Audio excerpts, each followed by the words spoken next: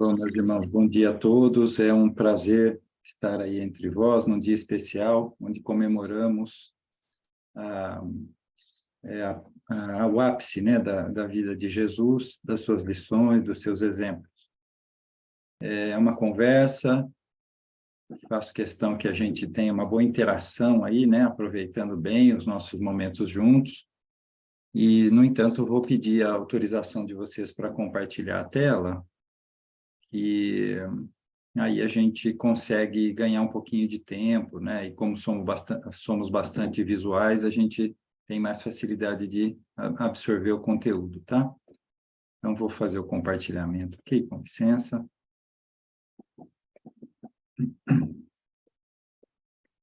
Pronto. A gente, várias vezes aqui no nosso, antes de iniciar a nossa palestra, nós falamos de família, né? Porque, de fato, quando pensamos no feriado da Páscoa, na Semana Santa, né? Nesses momentos de tanta significação para as diversas religiões cristãs, não só cristãs, né? Mas principalmente, nós, de fato, queremos fazer isso em família, né? Nós vamos para casa, nós vamos, mesmo que viajemos, a gente viaja com família. Então, eu gostaria de conversar sobre família, considerando o momento da Páscoa, né? Então, vamos falar muito mais de família do que de Páscoa, certamente, né? E lembrar que estamos no processo de transição planetária, talvez nas culminâncias dele, e que, portanto, vale a pena falarmos à luz desta informação, né? Trazida por Kardec, enfim, mas que estamos nas culminâncias aí de passarmos por uma outra classificação do planeta, da humanidade terrestre, aliás, e aí é importante nós lembrarmos esse contexto da família no processo de transição rumo aí à regeneração planetária. Falando em transição planetária, só para lembrar, né, Kardec fala para a gente com clareza no Evangelho, lá no capítulo 3, desta classificação dos mundos, né? Ele dá uma visão para a gente da classificação dos mundos, citando essas 4 possibilidades, né? O mundo primitivo, de expiação e provas, de regeneração, e o mundo feliz, ou o mundo ditoso, né? Eu coloco isso para dizer assim, nós já passamos por uma transição, nós aqui, planeta Terra e humanidade terrestre, quando o mundo deixa de ser primitivo e passa para o estágio atual de expiação e provas. Talvez, no mundo primitivo, nós ainda, como espíritos imortais, não estávamos na condição de seres humanos, mas nós já estávamos certamente ligados ao planeta, e Jesus, né, o grande homenageado de hoje, já era o nosso dirigente, o nosso guia e modelo desde essa época. Então, transição planetária não é novidade para a gente, né? Nós, enquanto espíritos, já vivenciamos isso. Expiação e provas, né? Expiação é ajuste de contas com o passado. Nós, a partir do exercício do livre-arbítrio, e infelizmente, né, a gente não nasce com, não conquista o livre-arbítrio e a maturidade ao mesmo tempo. Primeiro a gente conquista o livre-arbítrio, depois vai amadurecendo isso, a gente costumeiramente transgride as leis naturais, geramos débitos evolutivos, e aí, graças a Deus, temos a oportunidade da reencarnação para expiar esses débitos, para acertar essas contas com a contabilidade divina, né? E provas para nós, que ainda estamos na rabeira da evolução, vamos dizer assim, é a oportunidade que temos de experimentar, né, de comprovar as nossas qualidades. A saber, né, o altruísmo, a humildade, né, que são os grandes antídotos do orgulho e do egoísmo, as grandes chagas da humanidade, né? Então, nós temos que provar para nós mesmos que nós conseguimos já lidar, né, com esta situação a benefício nosso e das pessoas que convivem conosco, né? Principalmente nós. E estamos indo rumo à regeneração. No período de regeneração, nós já devemos ter aprendido as principais lições, né? E eu destacaria a essência do trabalho de Jesus, pelo menos como eu o entendo na sua passagem pela Terra, que é a amorosidade. Então, é uma época onde a amorosidade vai estar sendo praticada, né? Não só falada como é hoje em dia. Enfim, só falei um pouquinho desta questão da transição planetária, porque acho pertinente, né, lembrarmos sempre desse assunto quando precisarmos nos posicionar enquanto seguidores do Evangelho, né? Então, lembrar sempre que há um esforço nosso aí, há a necessidade de muito trabalho nosso ainda para essa ascensão individualmente e quanto humanidade. O planeta, ele segue o caminho dele, né? A humanidade que tem que se posicionar para acompanhar as energias do planeta. A impressão que temos é que as energias planetárias elas já se alteraram. Daí, nós, seres humanos, termos bastante dificuldade em adaptarmos-nos a essa nova energia, e aí vem a dor, vem o sofrimento, vem o adoecimento, vem as tragédias, né, provocadas por nós mesmos, seres humanos, porque a gente fica inadaptado a essa nova energia do planeta. Então, assim, usando uma figura de linguagem, rememos, né? Vamos remar bastante, porque a gente precisa acompanhar essa evolução natural do planeta também. Então, não nos esqueçamos que é uma Páscoa nesse contexto, né? Que a família também precisa estar atenta a esse contexto. Bom, só conceituando um pouquinho, né? A gente entende família hoje desta forma, né?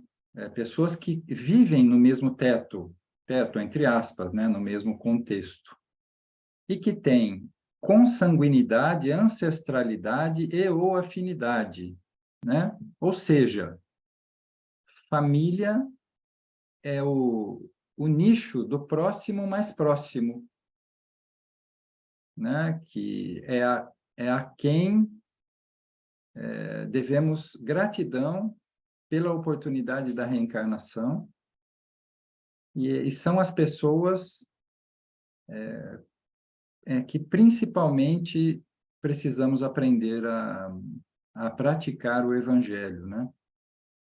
Então, é o próximo mais próximo que é a melhor definição que a gente tem de família. Uma outra definição é da própria Páscoa, né? Muito mais rico, né, as definições de Páscoa, mas assim, eu só queria resgatar um pouquinho da história. Começou com os hebreus, né, comemorando a libertação da escravidão em relação ao Egito, né, ao povo egípcio. Depois isso foi alimentado pelo catolicismo durante muito tempo, né, marcando esse processo da ressurreição do Cristo, né? Eu destaquei um pedacinho aí de João, né? Eis o Cordeiro de Deus que tira o pecado do mundo, né? Uma das máximas do catolicismo para esse período. E para os espíritas eu peguei uma citação de Chico Xavier, né? Que eu achei bem bacana, simples e profunda, né? Como tudo que Chico falava. É alegria, é passagem, é transformação, é vida, é ressurreição, né? Então acho que esse é o momento da Páscoa que a gente precisa ver, né? Os fatos históricos, a história já cuida deles, né? Eu acho que nós mesmo, espíritas cristãos, precisamos nos apegar a um momento importante, né? Onde todo mundo está mais sensibilizado para ganhar força para essa nossa transformação interior, para que a gente também faça a nossa ressurreição, né? A transição do ser humano velho para o ser humano novo, mais leve, mais desperto, né? Mais operoso, né? Eu acho que a gente precisa aproveitar esse momento também. Olha, só para lembrar a importância da família, até na legislação brasileira, né, a nossa Constituição Federal coloca a família como base da sociedade, né? E que precisa ser protegida pelo Estado, né? Às vezes a gente ouve o modismo aí, né? Não, não é mais isso, o conceito de família mudou, né? A gente gostaria de dizer que não, né? O conceito continua o mesmo, em que pese as outras opiniões, a família é a base da sociedade, da sua harmonia, da sua paz, do seu desenvolvimento, né? E a família é responsável pela sua cria, né? Pelos seus filhos, devendo, de fato, assumir a formação desses novos espíritos em estágio de reencarnação como nós, né?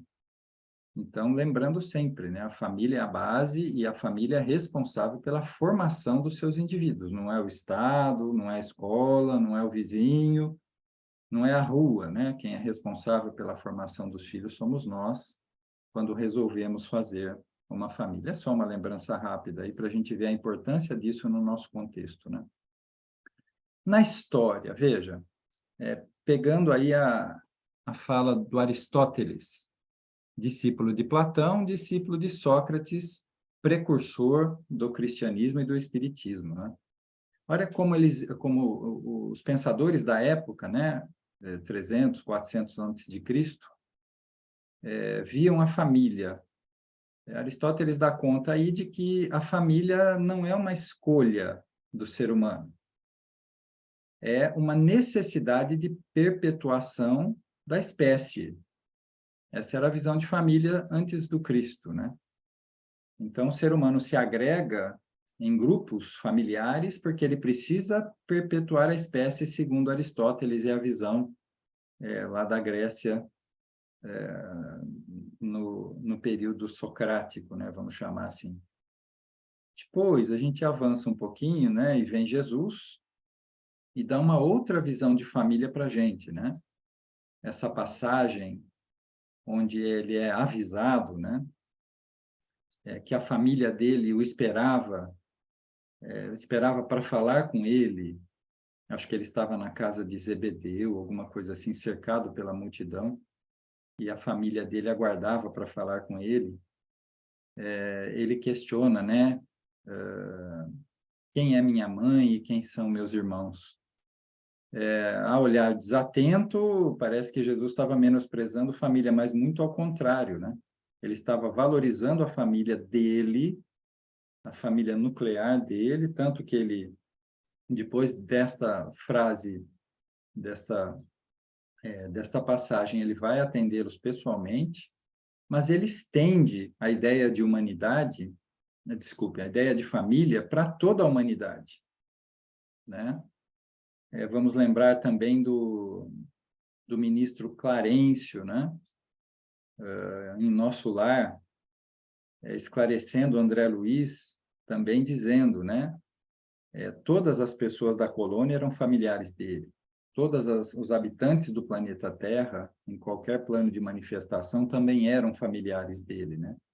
E enquanto um deles estivesse sofrendo, ele não conseguiria ter a paz e a felicidade tão almejada, né?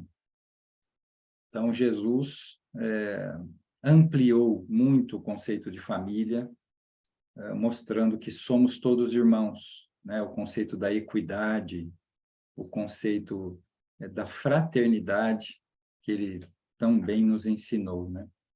Avançando um pouquinho, a visão de Kardec, né? Kardec, eu sempre falo, né, gente, a gratidão que nós devemos a Kardec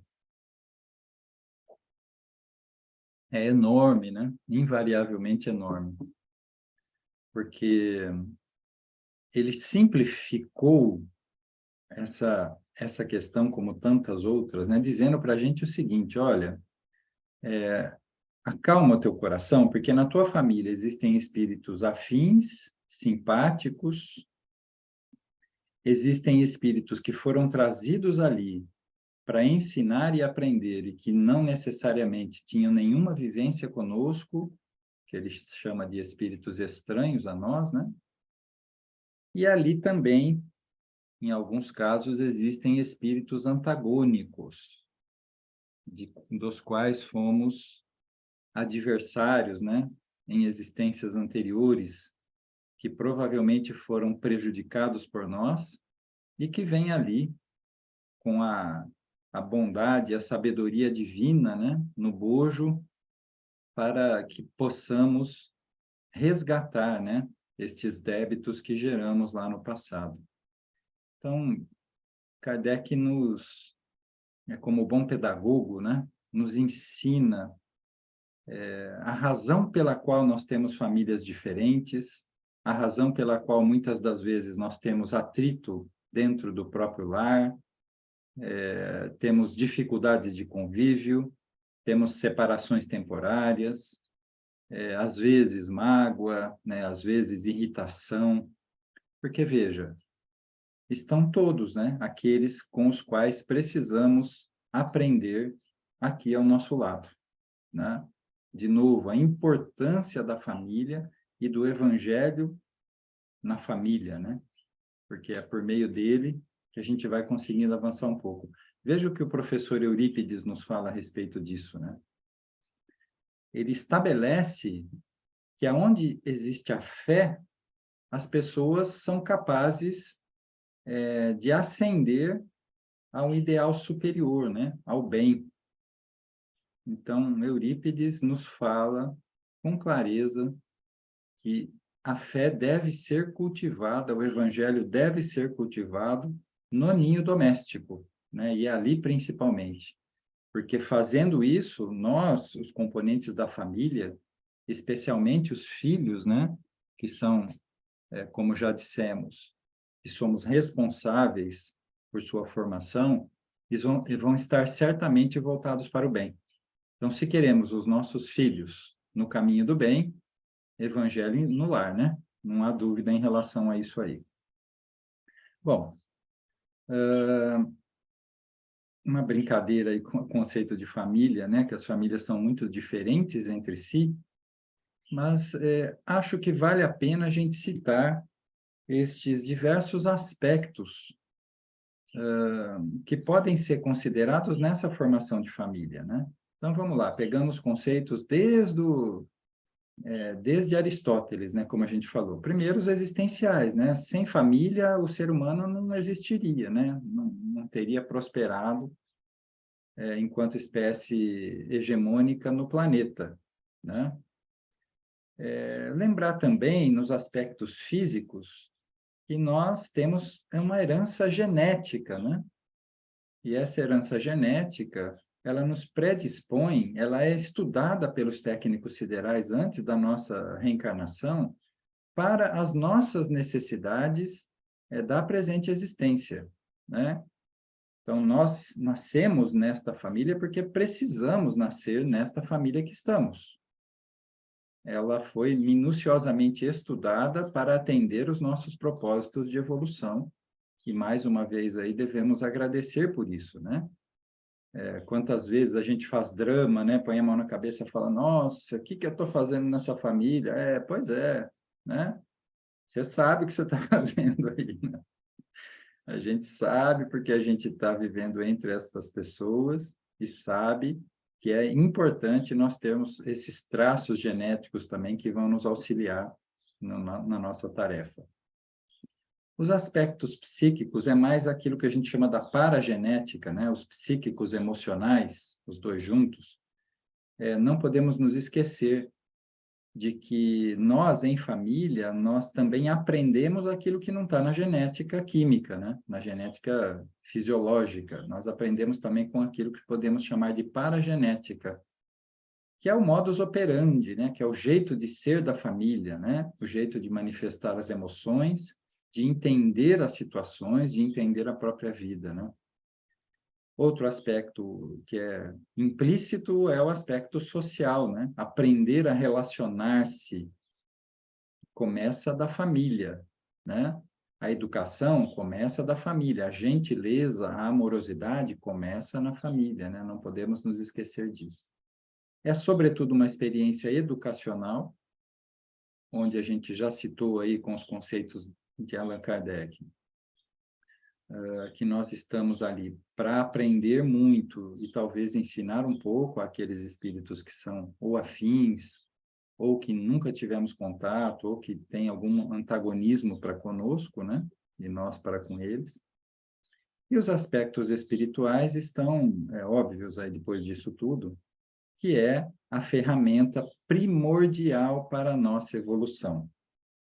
Se sem a reencarnação a gente não avança, sem o esquecimento do passado, né, sem essa nova oportunidade que nos é dada, nós não avançamos no processo evolutivo, o que dizer então das nossas famílias, né? Sem ela, se a gente conseguiria ajustar contas com o passado tão rapidamente, a tempo de acompanhar aí a evolução planetária, né? E podermos permanecer no planeta na condição de mundo de regeneração. Então, é só para lembrar o quanto está envolvido nesta valorização de família que a gente está procurando fazer, né? Pessoal, não sei se está cansativo, se vocês querem comentar, se vocês querem se manifestar, fiquem à vontade, viu? A gente vai engatando falar aqui, quando vê, já falou mais de meia hora sem parar, né? Ó, seguindo em frente. Só um lembrete, né? Que não dá para a gente deixar de fazer, vai. Independente do formato da família, né? Mas lembrando, que tem afinidade, ou que tenha consanguinidade, que viva no mesmo teto, né? É a grande oportunidade que temos, né? De praticar a amorosidade. Chamamos aí de amor incondicional. Amor incondicional, ao contrário do que muitas pessoas entendem, é o amor meu, é o amor que não depende do outro. A gente cita, né? As mães com seus filhos, né? O amor de mãe para com seus filhos é incondicional. No entanto, é a figura mais respeitada por todos nós, né? Justamente porque ela nos ama incondicionalmente, né? Então, não é o amor que não requer respeito, que não requer autoridade, né? Muito ao contrário, o amor incondicional ele gera respeito e gera autoridade num nível que nós nem permitimos que ninguém fale nada das nossas mães, né? Então, é super importante lembrar deste exercício de amor incondicional e da importância dele para a nossa evolução, né? Ó, rapidamente, para a gente também ir caminhando para as conclusões, tentei destacar aqui na prática estas questões que envolvem as relações de família, no dia a dia mesmo, sabe? Durante a nossa vida toda. Então, vamos lá, ó. Número 1, evangelho no lar, né? Vivenciar o evangelho.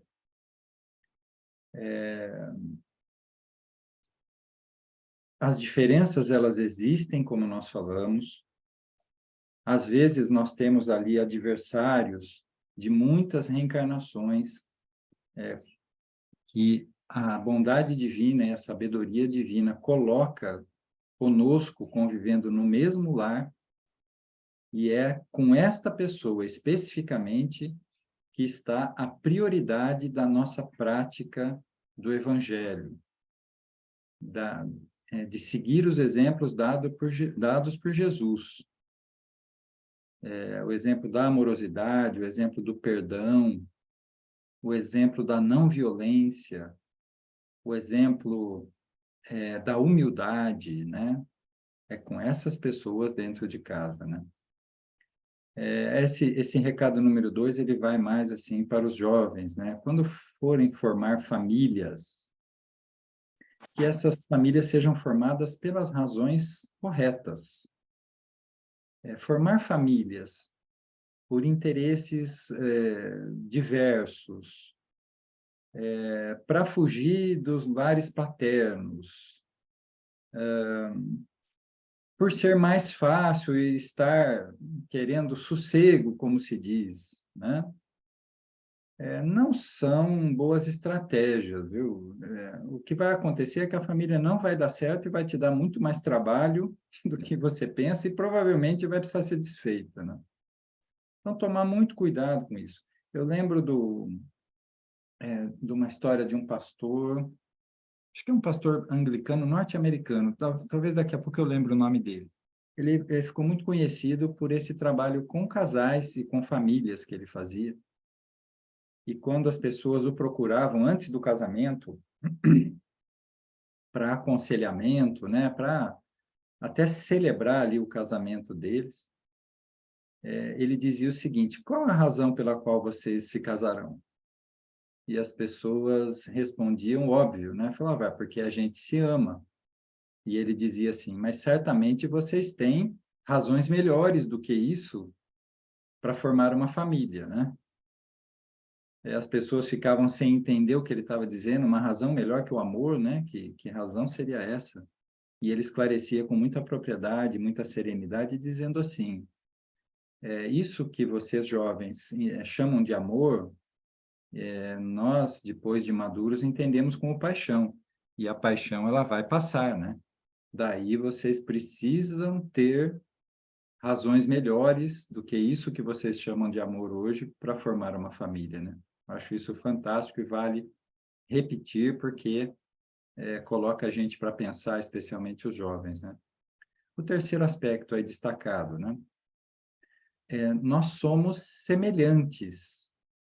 Temos papéis diferentes na família, de pai, de mãe, de filho, de esposo, de irmãos, né? São papéis diferentes, mas nós precisamos lembrar sempre que somos seres semelhantes e que esses direitos e deveres, do ponto de vista espirituais, são absolutamente iguais, né? Ninguém pode ser menosprezado, ninguém pode ser escravizado, usando uma linguagem forte, ninguém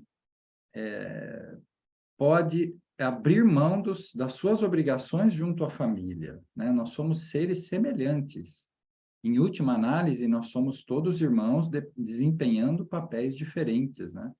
Então, tomar muito cuidado com essa equidade na família, especialmente nós, quando vivemos aí numa sociedade machista ainda, né? Tomar cuidado para não sufocar a mulher no lar e cercear ali os direitos que ela tem de crescimento, como todos nós temos, né? O quarto aspecto relacionado a esses é a oportunidade que nós temos nas tarefas domésticas de crescer, de nos desenvolver, de multiplicar as nossas qualidades nas tarefas domésticas. As famílias mais felizes que eu conheço são aquelas que compartilham com igualdade todas as tarefas do lar, né? Aquelas que as pessoas se sentem melhor, são essas famílias, né? Um quinto aspecto, praticar a amorosidade nesta forma embrionária, mesmo que seja nesta forma embrionária, que é a gentileza. Acho que é Emmanuel, no livro Palavras de Vida Eterna, que ele dedica um capítulo todo à gentileza, se não me falha a memória. E ele coloca a gentileza como o embrião do amor, da amorosidade. Então, se nós ainda temos dificuldade, e isso é comum no estágio que estamos, com o conceito da amorosidade, nós podemos começar praticando a gentileza, que estaremos no caminho certo. Um outro aspecto é a educação dos filhos, né? Até a nossa Constituição Federal, como eu mostrei um pouco antes, ela atribui à família a formação dos filhos, a proteção dos filhos, né? Nós não podemos, de fato, esquecer disso. Hoje, nós temos um assustador aumento do volume de crianças com autismo, né? Crianças com déficit de atenção e hiperatividade, crianças ansiosas. Meus irmãos, salvo a explicação óbvia de compromissos existenciais desta criança, para mim, parece muito claro que nós, pais, temos escorregado um pouco na atenção genuína que nós precisamos dar aos filhos. Quando fala em déficit de atenção das crianças, o que me vem à mente, de novo, né? Eu estou generalizando, isso é muito perigoso, mas me vem à mente o déficit de atenção dos pais para com os filhos, né? Com a vida atribulada que a gente leva, com os compromissos profissionais, com o culto ao corpo, né? A perfeição do corpo, se muitas das vezes a gente acaba deixando de dar a atenção que as crianças precisam para o seu desenvolvimento. Esses espíritos que vêm nas reencarnações atuais, eles precisam bastante de orientação nessa primeira etapa, nessa primeira fase da vida, bastante de atenção, bastante de limite, porque eles são espíritos que vieram para ajudar na transição planetária e, portanto, eles estão focados muito mais no futuro do que no presente. E a gente precisa trazê-los para o presente, né? Apesar de toda a tecnologia que chama a atenção deles o tempo todo, né? Outra coisa, né? O lar é um local de refazimento, na nossa opinião, não de relaxamento, não de preguiça. Então, não dá para a gente abrir mão de posturas disciplinadas, de atitudes compatíveis, né, com os nossos valores internos dentro do lar, né? Então, vamos entender o lar como um local onde nós recarregamos as nossas baterias, entre aspas. Não como um lugar onde a gente relaxa e dá vazão à nossa preguiça, né? Lembra dos 7 pecados capitais tão conhecidos nossos? A preguiça está entre eles. A gente ainda não superou, né, esta nossa tendência ao dolce far niente, como diriam os italianos, né? Então, muito cuidado com isso. Existe momento para isso, lógico, mas que isso não seja o nosso padrão dentro de casa, né? Outra coisa aí no item 8, o diálogo. Todas as, todas as questões, pelo menos as que eu conheço, que envolvem as relações de família, especialmente as relações mais complicadas, elas são passíveis de resolução pelo diálogo. Mas não é aquele diálogo acusatório, né? Onde a gente quer mostrar que nós estamos mais certo que o outro, ou que o outro está nos prejudicando de alguma forma. Eu digo que no diálogo, a gente precisa tentar falar dos nossos sentimentos em relação ao que está acontecendo, sem acusações, sem delegação de culpa, né? Porque, de verdade, tem um amigo que me ensinou essa frase, eu gosto muito dela. Ele fala assim, como a culpa é minha, eu posso atribuí-la a quem eu quiser, né? E a gente faz isso com muita propriedade, né? Então, não existe culpa, né? O que existe, na verdade, são ajustes que precisam ser feitos e que o diálogo é uma grande ferramenta. No diálogo, o principal papel nosso é de escuta.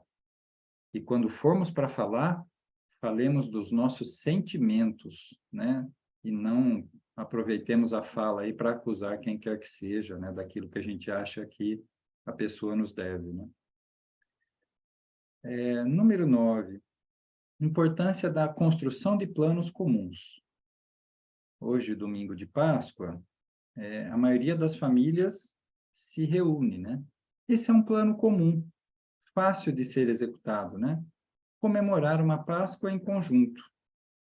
Ou planos maiores, mais distantes. Ah, vamos organizar uma viagem no final do ano, nas nossas férias. Ou então, o ideal, né? Alguns planos que envolvam toda uma existência, né? Planos que sejam em favor da evolução de todos e de cada um, né?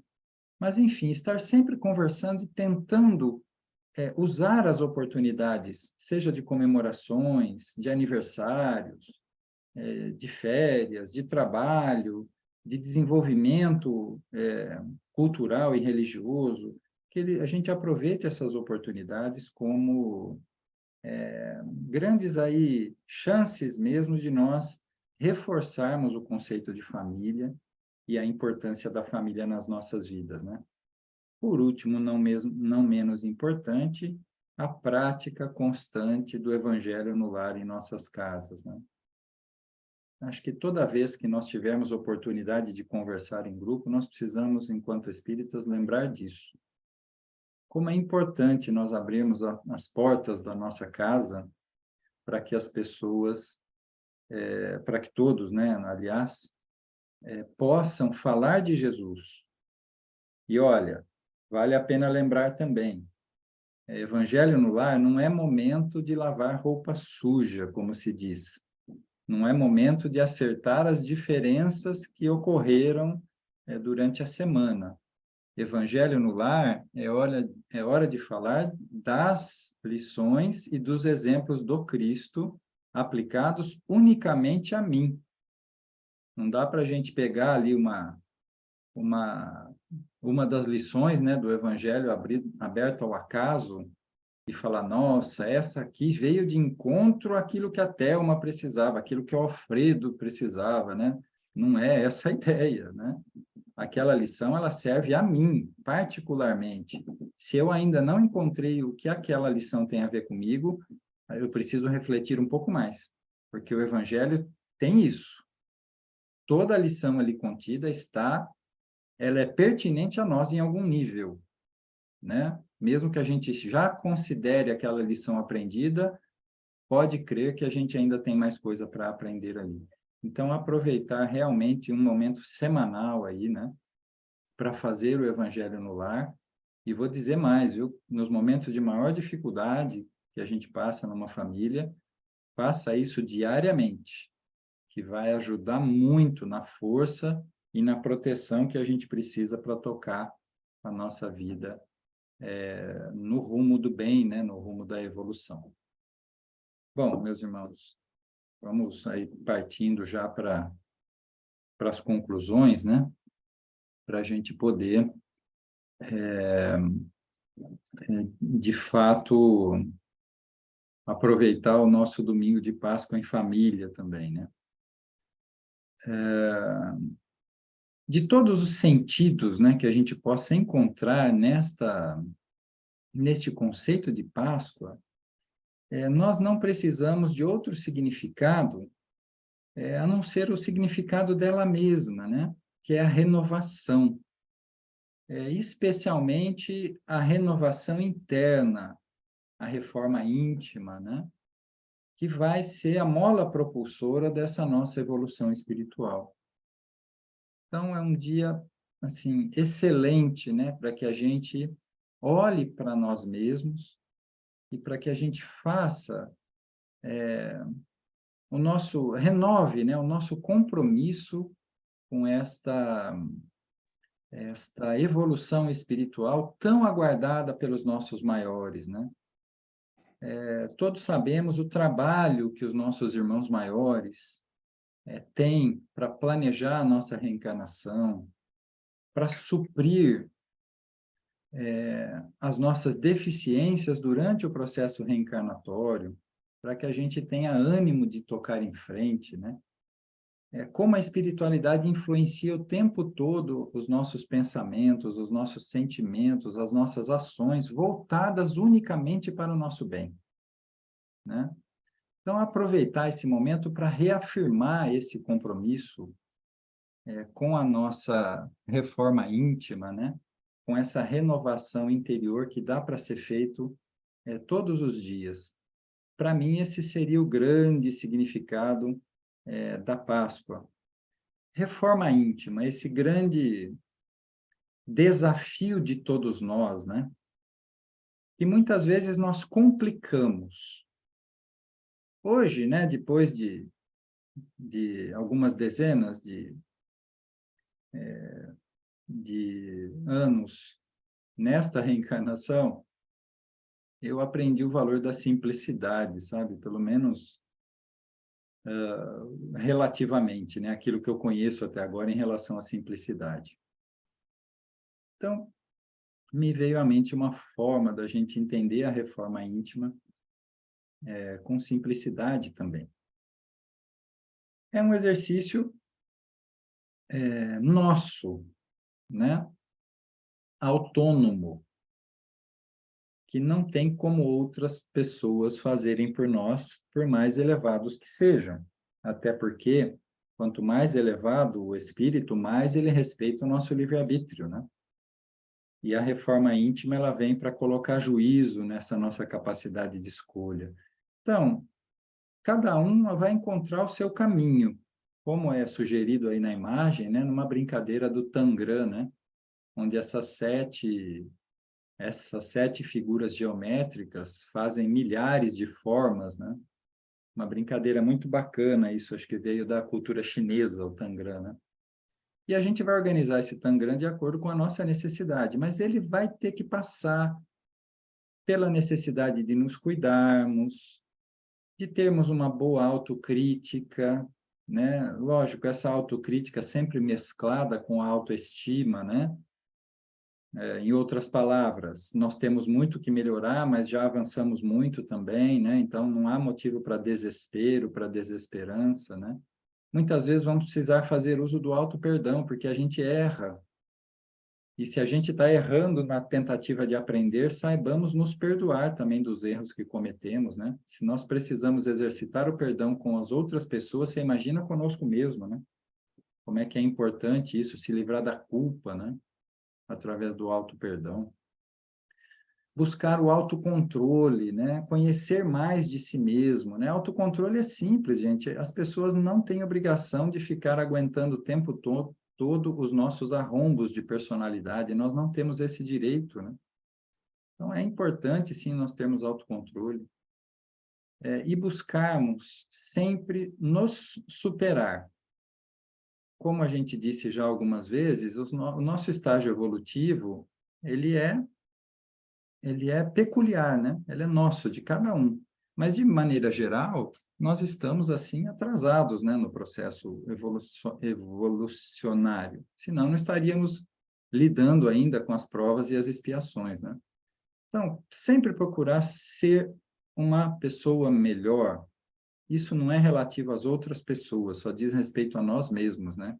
O compromisso de sermos pessoas melhores.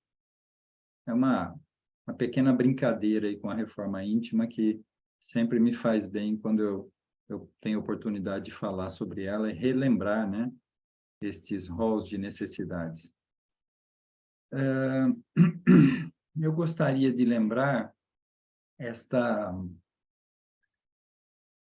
passagem do livro Pão Nosso, o capítulo 117, né? Essa passagem é denominada Em Família, né? Essas obras primorosas, né, da série Fonte Viva que Emmanuel escreveu com Chico Xavier, nos falando em especial aí da família, né? Eles colocam, a mensagem é maior que isso, eu só destaquei alguns trechos e vou comentá-los somente, tá? Eles destacam a família como a ferramenta primordial e fundamental para a nossa redenção, para a nossa evolução no planeta, né? Nós, como familiares, conhecemos o ponto fraco das outras pessoas, mas também nós conhecemos o ponto forte delas, né? Então, procurar sermos amorosos, compreensivos com os pontos fracos e ressaltar as qualidades dos nossos familiares. muitas das vezes, a gente passa uma existência toda sem elogiar legitimamente as qualidades daquele que está ao nosso lado. Então, nós precisamos fazer disso um hábito. Pode começar elogiando as pequenas tarefas, o sabor da comida, o esmero na arrumação, enfim, achar aquilo que é feito de bom e exaltar isso, né, legitimamente. Como é importante isso na força que a gente pode transmitir aos familiares para o seu crescimento, né? A cooperação com a família, né, no dia a dia, indo ao encontro das necessidades, das dificuldades, das dores do outro, é primordial também para a gente poder levar isso em frente e tornar, né, essa epístola de Paulo verdadeira, né? Eu vou citar aqui, com a licença de vocês, lendo o trecho da primeira carta de Paulo a Timóteo. Né? Aprendam primeiro a exercer piedade para com sua própria família e a recompensar seus pais, porque isto é bom e agradável diante de Deus, né? Então, o conceito, ele é bastante antigo e a gente precisa se lembrar de estar junto deles. Bom, meus irmãos, era desta forma, com Chico Emmanuel, né, na Epístola de Paulo, que eu gostaria de encerrar aqui essa minha fala e abrir aí para que vocês também façam os seus comentários. Obrigado pela atenção até agora.